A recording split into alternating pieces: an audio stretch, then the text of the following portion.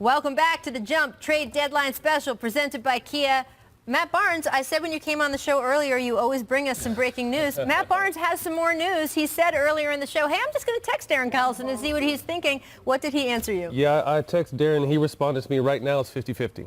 There's nothing definitely saying about coming back. Yeah, about coming back. He wants to talk with his family more. He wants to talk with his agent. But, he said right now it's 50-50. But he's someone, like I said, a consummate pro. So I heard Paul say he's been out for a while, but DC is one of those guys that keeps his body in shape, very understanding of what his role would be in this league.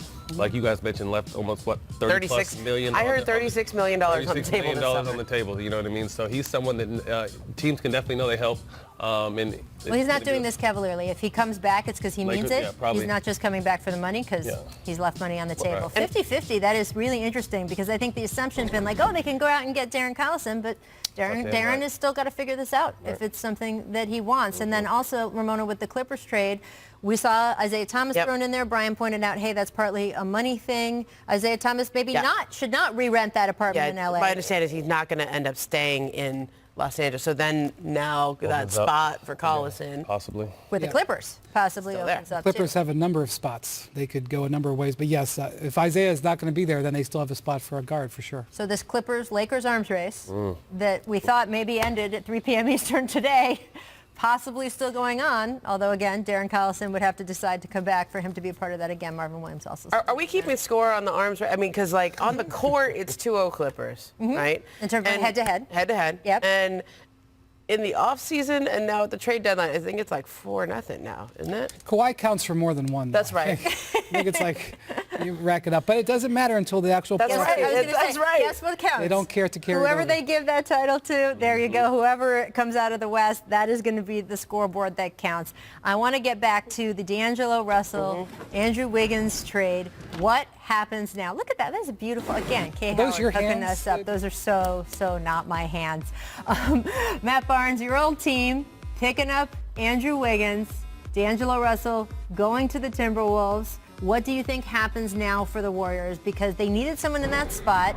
And look, it would be great if all of the best players were lined up available for them to pick from. You might not pick Andrew Wiggins, but that just wasn't the case. Andrew Wiggins was who was available. I think this was more of a strategic play, you know, like to get under the luxury tax, as Ramona just mentioned, where they have 9 guys under contract right now. They have 9 players under contract. Like, I think you can field a team, but they need to start signing. The Denver Nuggets won with 7 last night. That's right. There you go. So I just think, like I said, I think they're lining up their Matt, you want to suit back up? Because there's a roster spot open for you. I'll be 40 next month. I'm too old. But I just think they understand what this season is. Everyone understands what this season is. They're playing for next year and beyond. Because to me, if you can still package, whether it's Wiggins, a lottery pick possibly, you get Clay and Steph back healthy next season, and you're right back in the Western Conference contention. When the Warriors close their eyes and they see Andrew Wiggins, okay, and just go with me on this.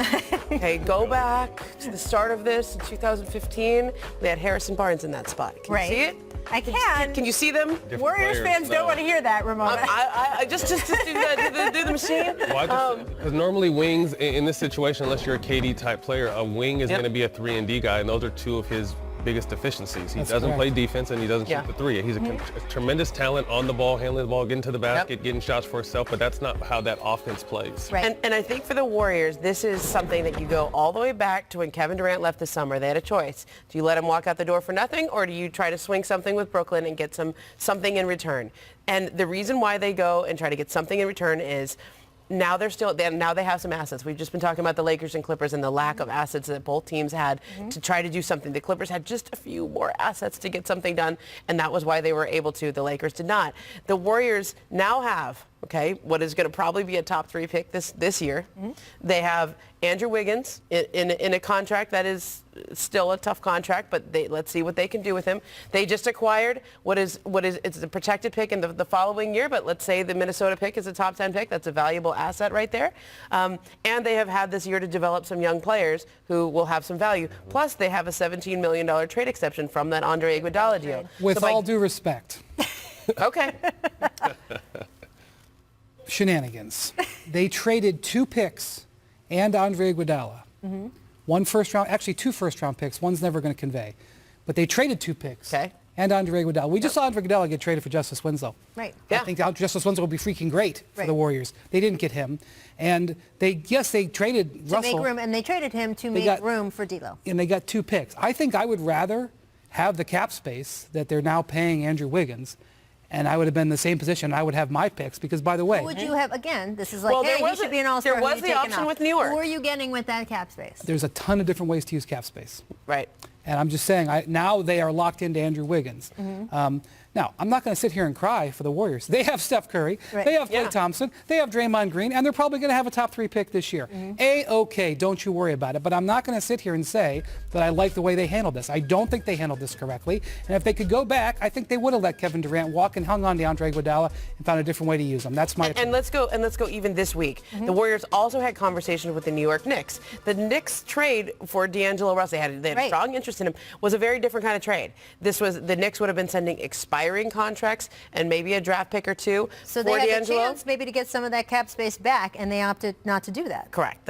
Well, obviously, this Right. is where we But I'm landed. talking about the decision that they made last year. Well, I know, but Right. Ramona's saying that they kind of had the chance to undo it if they wanted to. Matt, I'm interested in this idea, though, the idea of letting Kevin Durant walk for nothing versus not letting him walk for nothing. I don't know how much of that was informed by Oklahoma City, watching Kevin Durant walk Right, away for right. nothing. What is the mentality, do you think, sort of in that desperate moment when you realize you're losing one of the superstars of this league? Well, I think this is something new. Trading Yeah. superstars before they can walk. You know, Right. so I think this is new for everybody. It's different.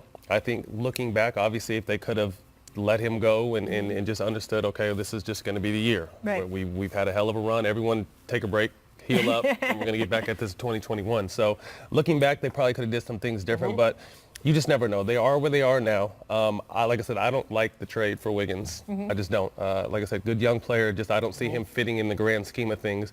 But, Bob and the guys have continued to make, miracles happen. So let's just see what happens. That's the best thing. We get to find out. We can all sit here and guess, but they're going to start playing the games. And in fact, Andrew Wiggins expected to be in that Warriors lineup for our Saturday ABC primetime game. So that just got a little bit more interesting Welcome. against LeBron and the Lakers. Stay with us. We have so much more coming. Our trade deadline special not over yet. We will break down for you where everybody has been, where they're going, and we will hop in our time machine to discuss what happens now, because that 2021 free agency market, you're about to hear a lot more about it. We will get you all ready so you're very smart for those conversations with your friends.